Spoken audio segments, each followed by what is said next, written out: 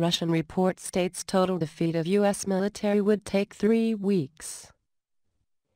A comprehensive Ministry of Defense (MOD) report circulating in the Kremlin today stunningly states that a total defeat of all United States military forces by Federation forces is possible to achieve in about 3 weeks should President Putin order the activation of the ministry's first strike war plan against America and its NATO allies.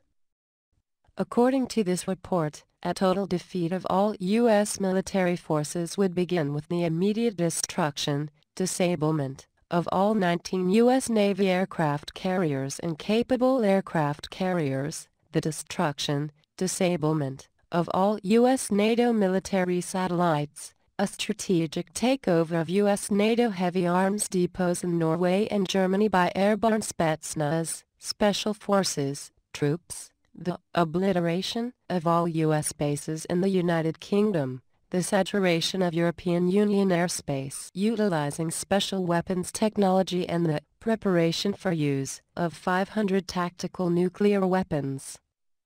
Once having accomplished the foregoing, this report continues, total U.S. NATO troop losses would exceed 35,000, dead, wounded, captured and missing, with an accompanying loss of at least $15 trillion in U.S. NATO equipment, ships, aircraft, armor, etc.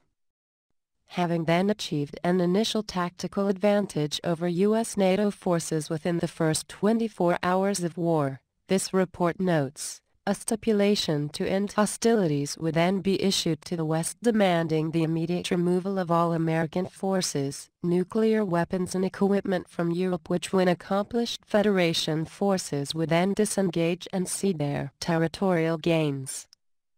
If rejected though, this report grimly warns, Federation forces would then begin tactically nuking U.S. NATO military bases in Europe while simultaneously initiating electronic warfare against the United States and Canada and preparing for use the Federation's intercontinental ballistic missiles (ICBMs). Most bizarre, ingenious in this MOD report, however, is its stating that the political machinations that will erupt in the West, especially the United States, upon the initial outbreak of war involving global warming alarmists and other such environmental and social engineers, and their fears of total global nuclear war occurring, will cause both the US and EU to lose their political will to fight nearly immediately.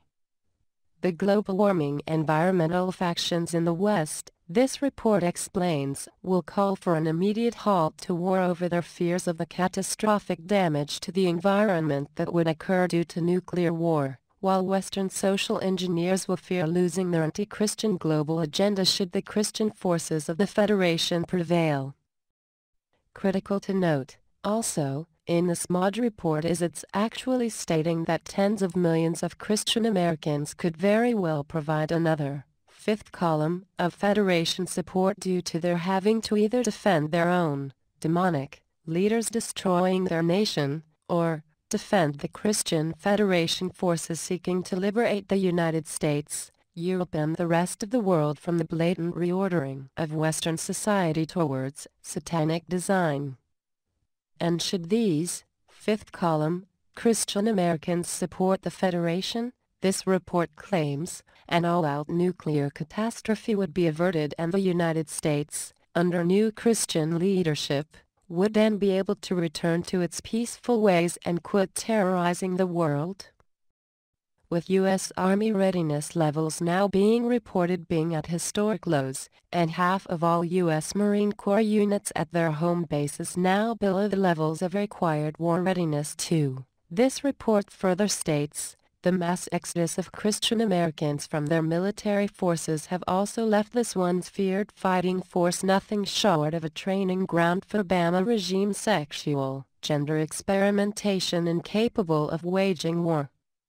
Among the numerous shocking examples cited in this MOD report detailing how far the U.S. military has fallen into sexual deviancy under the Obama regime are U.S. Marines in Okinawa now performing while wearing women's clothing, in drag, and U.S. Army groups being forced to wear women's high-heel shoes as part of their diversity training.